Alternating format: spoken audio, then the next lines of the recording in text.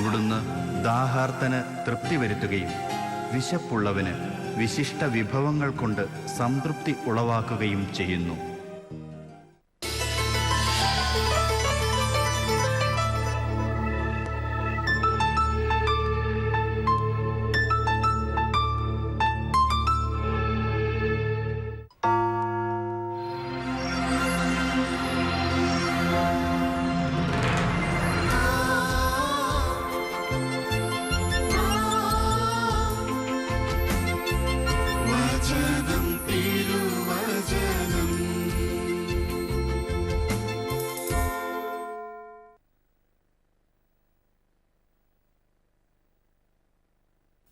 മനുഷ്യൻ്റെ ജീവിതം എപ്പോഴും പ്രതിസന്ധികളിൽ നിന്ന് പ്രതിസന്ധികളിലേക്ക് ഓരോ ദിവസവും മാറിക്കൊണ്ടിരിക്കുന്നതാണ്.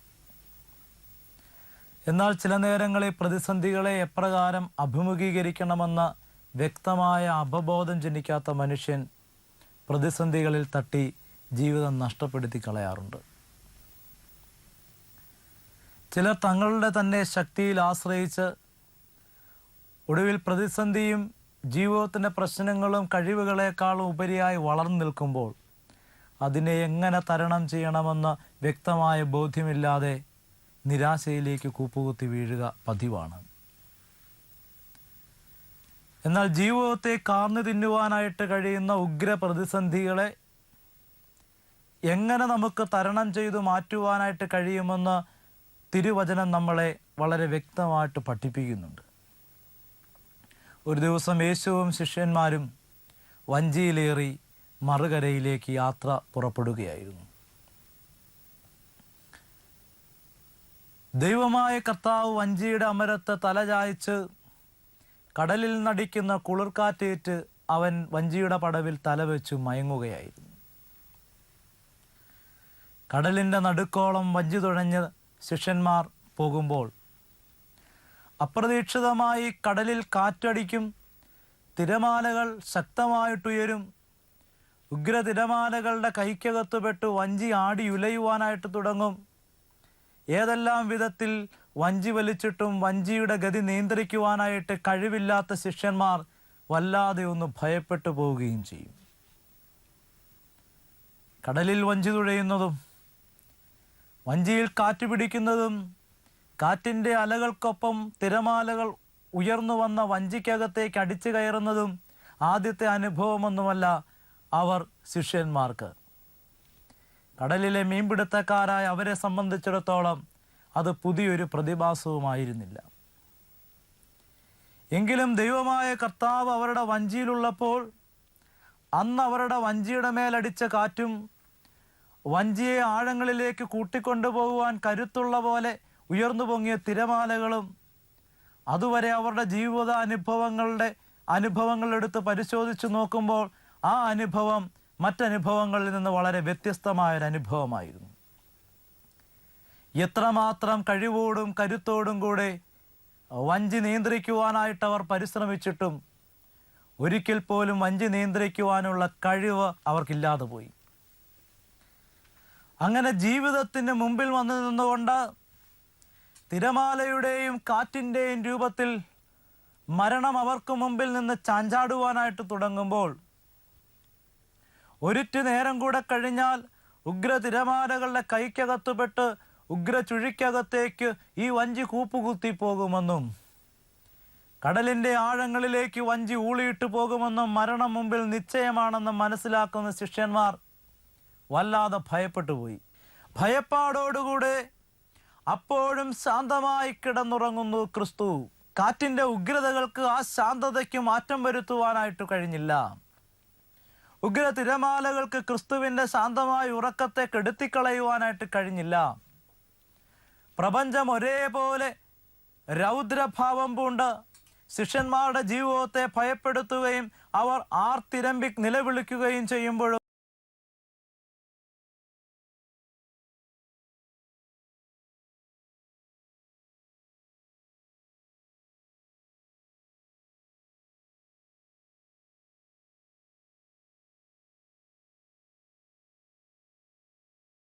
ദൈവമായ കർത്താവ് എഴുന്നേറ്റു. ഉഗ്രമായി ആർത്തിരമ്പുന്ന കടലിലേക്ക് അവൻ നോക്കി. നിയന്ത്രണം നഷ്ടപ്പെട്ട് കാറ്റിലൊഴുകുന്ന വഞ്ചി അവൻ കണ്ടു. അവൻ ഉഗ്രമായി കടലിന് നേർക്ക് വിരൽ ചൂണ്ടി, കാറ്റിന് നേർക്ക് വിരൽ ചൂണ്ടി അവൻ ആജ്ഞാപിച്ചു അടങ്ങുവാൻ. പ്രിയമുള്ളവരെ, ക്രിസ്തുവിൻ്റെ ആജ്ഞാവാക്കുകൾ കാറ്റിൻ്റെ ഇരമ്പലിനേക്കാളും അതീതമായിട്ട് ഉയരുമ്പോൾ, ക്രിസ്തുവിൻ്റെ ആജ്ഞാവാക്കുകൾ ആർത്തലച്ചു വരുന്ന തിരമാലകളുടെ ശക്തിയേക്കാളും ഉപരിയായിട്ട് ഉയരുമ്പോൾ, ഒരു ഞൊടിയുടെ നിമിഷം കൊണ്ട് കാറ്റും കടലും ഒരേപോലെ ശാന്തമായി. ശിഷ്യന്മാർ അവൻ്റെ പാദത്തിങ്കൽ മുട്ടുകുത്തിയിരുന്ന് അവനെ ആരാധിക്കുവാനായിട്ട് തുടങ്ങി.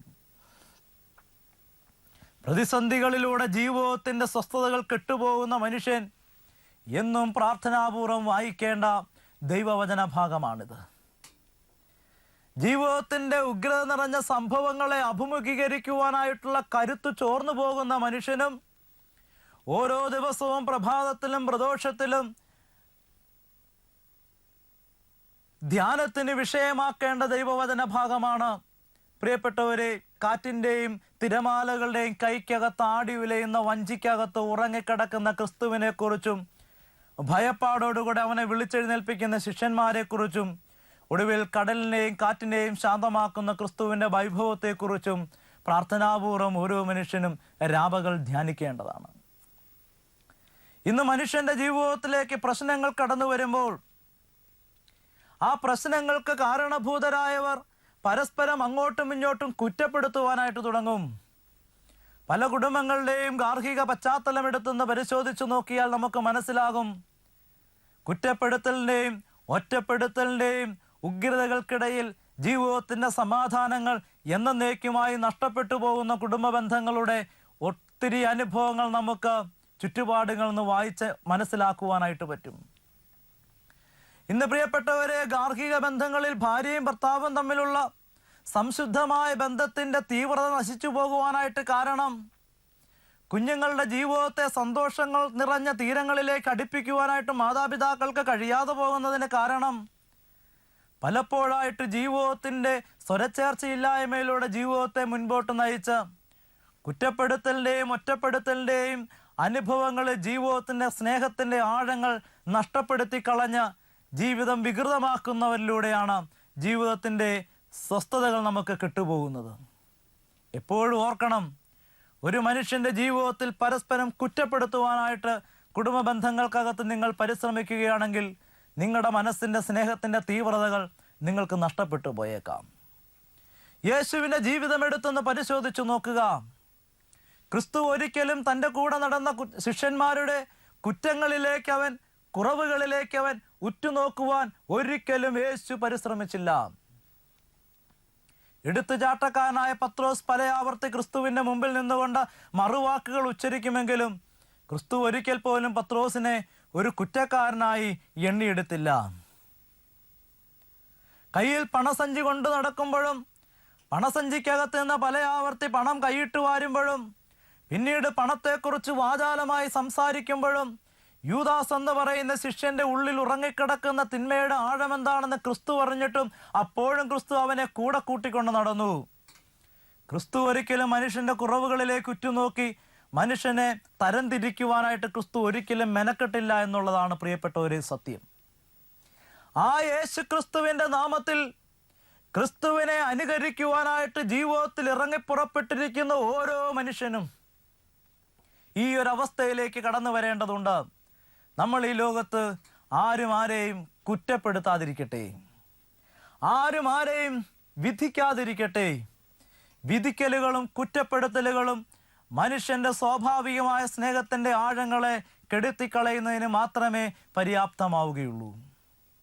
ഗാർഹിക ബന്ധങ്ങളിൽ എപ്പോഴും മനുഷ്യൻ ജീവിതത്തിൽ കൊണ്ടു നടക്കേണ്ട ഏറ്റവും വലിയ തത്വമാണ് നിങ്ങൾ ആരെയും കുറ്റം പറയാതിരിക്കുക, നിങ്ങൾ ആരെയും വിധിക്കാതിരിക്കുക. വിധിയും കുറ്റപ്പെടുത്തലും ദൈവമായ കർത്താവിൻ്റെ കൈകളിലേക്ക് നിങ്ങൾ വിട്ടുകൊടുക്കുക. കാരണം മനുഷ്യൻ അവനെ തന്നെ ഹിതപരിശോധനയ്ക്ക് വിധേയപ്പെടുത്തി അവൻ്റെ ജീവിതത്തെ മനുഷ്യൻ സംശുദ്ധിയിലേക്ക് നയിക്കുന്നതാണ് ഈ ലോകത്തിലെ ഏറ്റവും വലിയ പുണ്യമെന്ന് പറയുന്നത്. ആ പുണ്യത്തിൽ ഓരോ ദിവസവും ജീവിതത്തെ വളർത്തിയെടുത്തു കൊണ്ടുവരുവാൻ വേണ്ടി ജീവിതത്തിൽ ഉത്തരവാദിത്തപ്പെട്ടവരാണ് നമ്മൾ ഓരോരുത്തരും. നമുക്കത് നഷ്ടപ്പെട്ടു പോയാൽ, അതിന് കഴിയാതെ പോയാൽ ജീവിതം പലപ്പോഴും കുറവുകളിൽ നിന്ന് കുറവുകളിലേക്ക് കൂപ്പുകുത്തി വീഴുക മാത്രമേ ചെയ്യുകയുള്ളൂ. പ്രിയപ്പെട്ടവരെ, ആത്മാവറിയുന്ന ഒരു ജീവിതത്തിന് മാത്രമേ പരസ്പരം കുറ്റപ്പെടുത്തലുകളില്ലാതെ ജീവിക്കുവാനായിട്ട് കഴിയുകയുള്ളൂ. ആത്മാവിൻ്റെ അരൂപിയുടെ നിറവുള്ള വ്യക്തികളായി നമ്മൾ മാറണം.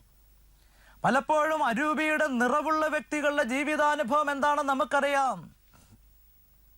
സിഹിയോൻ ഊട്ടുശാലയിലിരുന്ന് ആത്മാർത്ഥമായി അമ്മയുടെ സന്നിധിയിലിരുന്ന് കരങ്ങൾ ഉയർത്തി പ്രാർത്ഥിക്കുന്ന അപ്പോസ്തലന്മാരുടെ മേൽ ദൈവം വാഗ്ദാനം ചെയ്തതുപോലെ സ്വർഗം തുറന്ന പരിശുദ്ധാത്മാവ് ഇറങ്ങി വരികയും ആത്മാവിന്റെ നിർവൃതിയിൽ ലയിച്ചു നിൽക്കുന്ന ശിഷ്യന്മാർ വാതോരാതെ ദൈവനാമത്തെ ഉഗ്രമായി സ്തുതിക്കുവാൻ തുടങ്ങുമ്പോൾ ജെറുസലേമിൽ കടന്നു വന്ന ലോകത്തിന്റെ വിവിധ ഭാഗങ്ങളിലുള്ള മനുഷ്യർക്ക് അവരുടെ ഭാഷകളിൽ അപ്പോസ്തലന്മാർ പറയുന്നതും പ്രഘോഷിക്കുന്നതും മനസ്സിലാക്കിയെടുക്കുവാനായിട്ട് പറ്റി.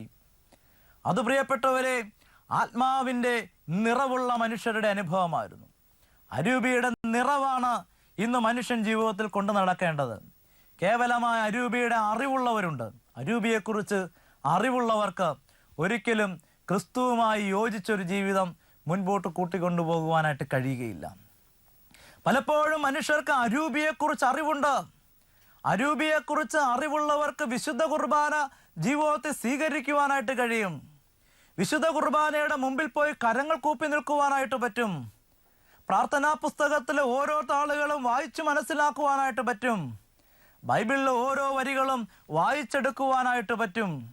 പക്ഷെ ഒരിക്കൽ പോലും ആത്മാവിൻ്റെ ഉള്ളിൽ യാതൊരു വിധത്തിലുള്ള ചലനങ്ങളും സൃഷ്ടിക്കുവാനായിട്ട് ഈ വക പ്രവൃത്തികൾക്കൊരിക്കലും സാധിക്കുകയില്ല എന്നുള്ളതാണ് പരമമായ ഒരു സത്യം. നമ്മളിൽ അധികം പേരും പ്രിയപ്പെട്ടവരെ അരൂപിയുടെ അറിവുള്ള മനുഷ്യരാണ്. എന്നാൽ അരൂപിയുടെ അറിവുള്ള മനുഷ്യൻ കേവലമായ ഒരു മനുഷ്യനാണ്. അവൻ്റെ ജീവിതം പുരോഗതിയിലേക്ക് പോകുന്നില്ല, ദൈവസാക്ഷാത്കാരത്തിലേക്ക് പോകുന്നില്ല. അരൂപിയുടെ അറിവുള്ള മനുഷ്യൻ ഒരിക്കലും ജീവിതത്തിൻ്റെ രക്ഷയുടെ തലങ്ങളിൽ അന്വർത്ഥമായിട്ട് ഉയർന്നു വരുവാനായിട്ട് കഴിയുകയില്ല. ജീവിതത്തിൻ്റെ രക്ഷയുടെ തലങ്ങളിൽ ക്രിസ്തുവിൻ്റെ മുദ്രയണിയപ്പെടുവാൻ യേശു ക്രിസ്തു ക്ഷണിക്കുന്ന മനുഷ്യൻ അരൂപിയുടെ നിറവുള്ള മനുഷ്യനാണ്. സ്നേഹിതരെ, നമ്മൾ അരൂപിയുടെ നിറവുള്ള മനുഷ്യരാണെങ്കിൽ അരൂപിയുടെ നിറവുള്ള മനുഷ്യർക്ക് മാത്രം യോജിച്ച് പ്രവർത്തിക്കുവാനായിട്ട് പറ്റുന്ന മണ്ഡലമാണ് കുടുംബം എന്ന് പറയുന്നത്. അതുകൊണ്ടാണല്ലോ യേശു ക്രിസ്തുവിൻ്റെ പ്രത്യേകമായ അനുഗ്രഹത്തിൽ വിവാഹമെന്ന കൂദാശയിലൂടെ യേശു ക്രിസ്തു തന്നെ രണ്ട് വ്യക്തികളുടെ മധ്യത്തിൽ നാഥനും രക്ഷകനുമായി സ്വയം പുനർജനിക്കുന്ന അവസ്ഥയ്ക്കാണ് വൈവാഹിക ബന്ധമെന്ന് പറയുന്നത്. ഈ വൈവാഹിക ബന്ധത്തിലാണ് ക്രിസ്തു രണ്ട് വ്യക്തികളുടെ ജീവിതത്തിന് നടുവിൽ ഇണക്കിച്ചേർക്കുന്ന കണ്ണിയായിട്ട് രൂപാന്തരപ്പെടുന്നത്. അങ്ങനെ ആ ക്രിസ്തുവിലുള്ള ജീവിതമാണ് കുടുംബജീവിതം എന്ന് പറയുന്നത്.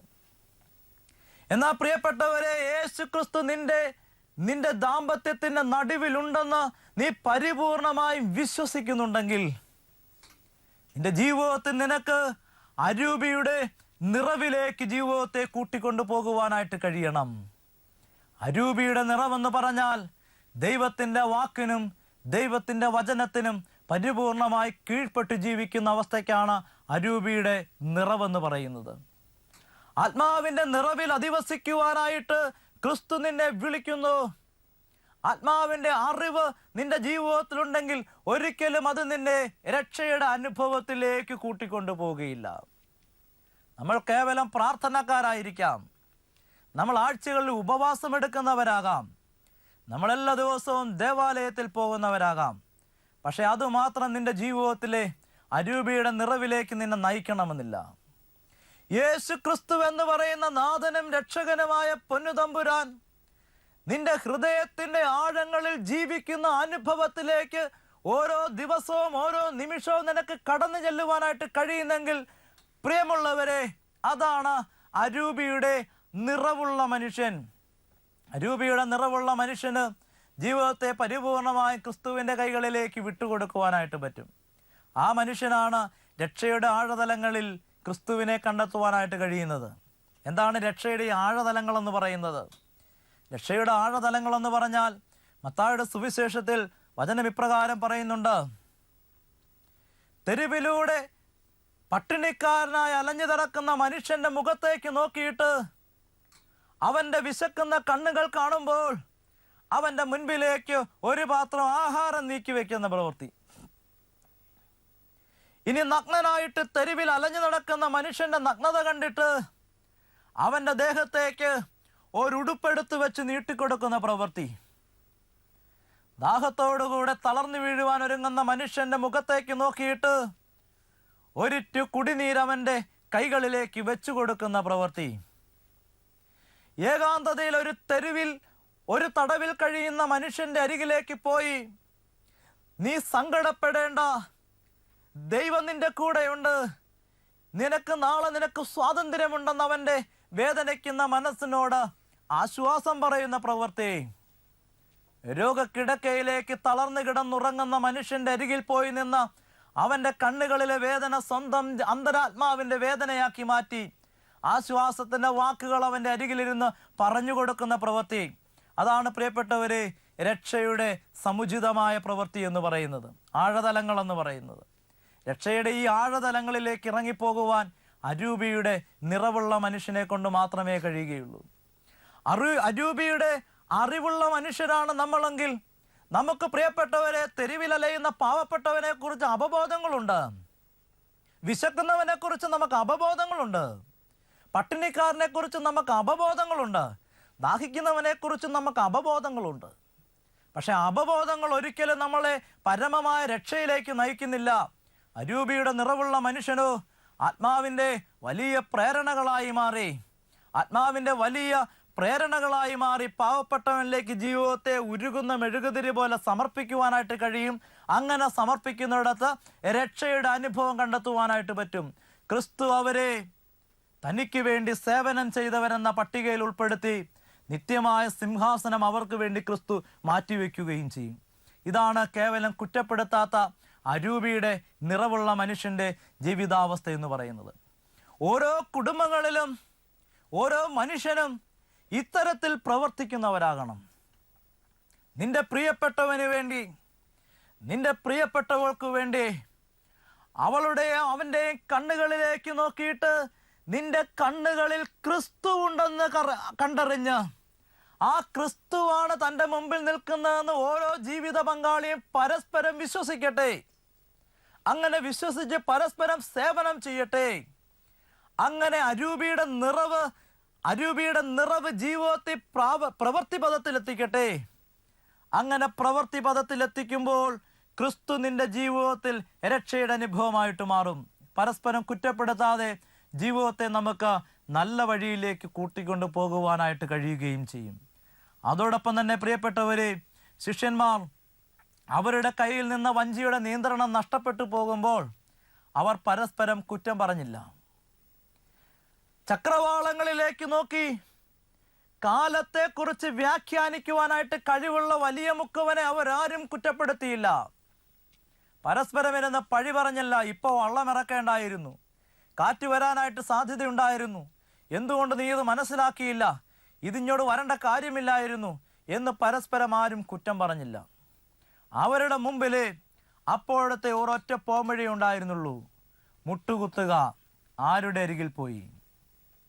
വഞ്ചിയിൽ തലചായ്ച്ചുറങ്ങുന്ന കാറ്റിൻ്റെ ഉഗ്രതകൾക്കും തിരമാലകളുടെ അലർച്ചകൾക്കും ഉറക്കത്തിൽ നിന്ന് ഉണർത്തുവാനായിട്ട് കഴിയാത്ത വിധത്തിൽ ശാന്തമായിട്ട് കിടന്നുറങ്ങുന്ന ക്രിസ്തുവിൻ്റെ അരികിൽ പോയി നിന്ന് മുട്ടുകുത്തുക. അവരങ്ങനെ ചെയ്തു. വഞ്ചി ശാന്തമായി കിടന്നുറങ്ങുന്ന ക്രിസ്തുവിൻ്റെ അരികിലേക്ക് പോയിട്ട് അവൻ്റെ അരികിൽ പോയി മുട്ടുകുത്തി നിന്നു. എന്നിട്ട് അവനെ കുലുക്കി വിളിച്ചു: ഗുരുവേ, ഞങ്ങൾ നശിക്കുവാൻ പോകുന്നു. അവൻ എഴുന്നേറ്റു. അവൻ ഉണർന്നെഴുന്നേറ്റ് കാറ്റിനെയും കടലിനെയും ശാന്തമാക്കി കൊടുത്തു. പ്രിയപ്പെട്ടവരെ, നിങ്ങളുടെ ജീവിതത്തിലേക്ക് ഒരു പ്രതിസന്ധി കടന്നു വരുമ്പോൾ, ഒരു പ്രശ്നം കടന്നു വരുമ്പോൾ നിങ്ങൾ പരസ്പരം മുഖത്തോട് മുഖം നോക്കി കുറ്റപ്പെടുത്തരുതേ. നിങ്ങൾ പരസ്പരം കലഹിക്കരുതേ. നിങ്ങൾ ക്രിസ്തുവിൻ്റെ മുമ്പിൽ ഒരുമിച്ച് മുട്ടുകുത്തുക. നിങ്ങളുടെ ജീവിതത്തിന്റെ രക്ഷകനും നാഥനുമായ യേശു ക്രിസ്തുവിന്റെ മുമ്പിൽ നിങ്ങൾ ഒരുമിച്ച് മുട്ടുകുത്തുമ്പോൾ ക്രിസ്തു നിങ്ങളുടെ ജീവിതത്തിന്റെ രക്ഷകനായിട്ട് ഉണർന്നെഴുന്നേൽക്കും. നിങ്ങളുടെ ജീവിതത്തിന്റെ വഞ്ചിയുടെ അമരത്ത് തലവച്ചുറങ്ങുന്ന ക്രിസ്തുവിനെ നിങ്ങൾ പ്രാർത്ഥിച്ച് വിളിച്ചുണർത്തുവാൻ ദൈവത്തിന്റെ പക്കൽ നിന്ന് ഉത്തരവാദിത്തപ്പെട്ടവരാണ് ഓരോ ദമ്പതികളും. അങ്ങനെ നീയും നിന്റെ കുടുംബവും ക്രിസ്തുവിൽ ആശ്രയിക്കുമ്പോൾ യേശു എന്ന രക്ഷ നിന്റെ ജീവിതത്തിന്റെ ഏറ്റവും അടുത്ത അനുഭവമായിട്ട് മാറും. നമുക്ക് ദൈവത്തിന്റെ മുമ്പിൽ തീരുമാനമെടുക്കാം. ജീവിത പ്രതിസന്ധികളുടെയും കണ്ണുനീരിൻ്റെയും കഷ്ടപ്പാടിൻ്റെയും മുമ്പിൽ ഞാൻ എൻ്റെ ദൈവത്തെ മറന്ന് ഒരിക്കലും ഒരു കുറ്റപ്പെടുത്തലിൻ്റെ വഴിയിലേക്കോ മറ്റു വഴികൾ തേടുന്ന അവസ്ഥയിലേക്കോ ഒരിക്കലും എൻ്റെ ജീവിതത്തെ ഞാൻ തള്ളിവിടുകയില്ല. മറിച്ച് എൻ്റെ ജീവിതത്തിൻ്റെ തോണിയുടെ അമരത്ത് തലവച്ചുറങ്ങുന്ന ക്രിസ്തുവിനെ ഞാൻ മുട്ടുകുത്തി കരങ്ങളുയർത്തി വിളിച്ചുണർത്തുമെന്ന് യേശുവിൻ്റെ മുമ്പിൽ നമുക്ക് വാക്ക് കൊടുക്കാം. കണ്ണുകളടച്ച് നമുക്ക് ഈശോയോട് പ്രാർത്ഥിക്കാം. എൻ്റെ നാഥനും രക്ഷകനുമായ ദൈവമേ, ഞങ്ങളും ജീവിതത്തിൻ്റെ പ്രതിസന്ധികളുടെ മുഖങ്ങളിൽ വല്ലാതെ പതറി നിൽക്കുന്നവരാണ്. ജീവിതത്തിൽ പ്രശ്നങ്ങളും പ്രതിസന്ധികളും ഉണ്ടാകുമ്പോൾ ഞങ്ങൾ പരസ്പരം കുറ്റപ്പെടുത്തുന്നവരാണ്. അത് ഞങ്ങളുടെ ജീവിതത്തിൻ്റെ ദാമ്പത്യത്തിൻ്റെ കെട്ടുറപ്പിനെ വല്ലാതെ തകർത്ത് കളയുകയും ചെയ്യുന്നുണ്ട്. ഇന്നലെ യേശുവേ, ഞങ്ങൾ പ്രാർത്ഥിക്കുന്നു. ഞങ്ങളുടെ കുറവും ബലഹീനതകളും കൊണ്ട് ഞങ്ങളുടെ ജീവിതത്തിലേക്ക് കടന്നു വരുന്ന പ്രശ്നങ്ങളുടെയും പ്രതിസന്ധികളുടെയും നടുവിൽ നിൽക്കുമ്പോഴും നിൻ്റെ മുമ്പിൽ ഒരു ഹൃദയത്തോടുകൂടെ അണഞ്ഞ് മുട്ടുകുത്തി നിന്നെ വിളിച്ചുണർത്തി പ്രാർത്ഥിക്കാൻ ക്രിസ്തുവേ ഞങ്ങൾക്ക് വരം നൽകണമേ. നീ ഉണർന്നാൽ ഞങ്ങളുടെ ജീവിതം ശാന്തമാകും. നീ ഉണർന്നാൽ ഞങ്ങളുടെ ആത്മാവ് നിൻ്റെ കൈകളിലേക്ക് ഉയർത്തപ്പെടും. അതിനുള്ള അനുഗ്രഹം അവിടെ നിന്ന് ഞങ്ങൾക്ക് നൽകണമേ. ആമേൻ.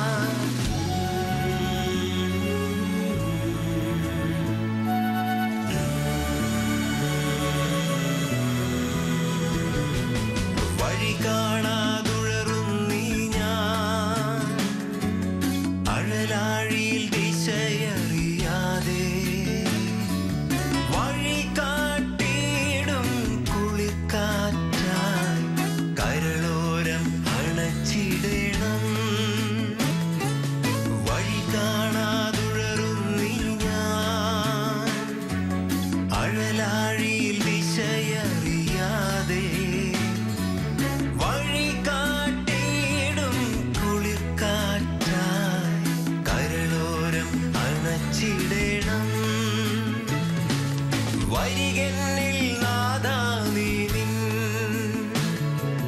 വരമെല്ലാം ചൊരിയെന്നുള്ളിൽ തരമാക്കണേ നാഥാ ഞാൻ നിൻ തിരുമുൻപിൽ തന്നെ വസിക്കാൻ തരമാക്കണേ നാഥാ ഞാൻ നിൻ തിരുമുൻപിൽ തന്നെ വസിക്കാൻ തിരുമുന്നിൽ തന്നെ വസിക്കാൻ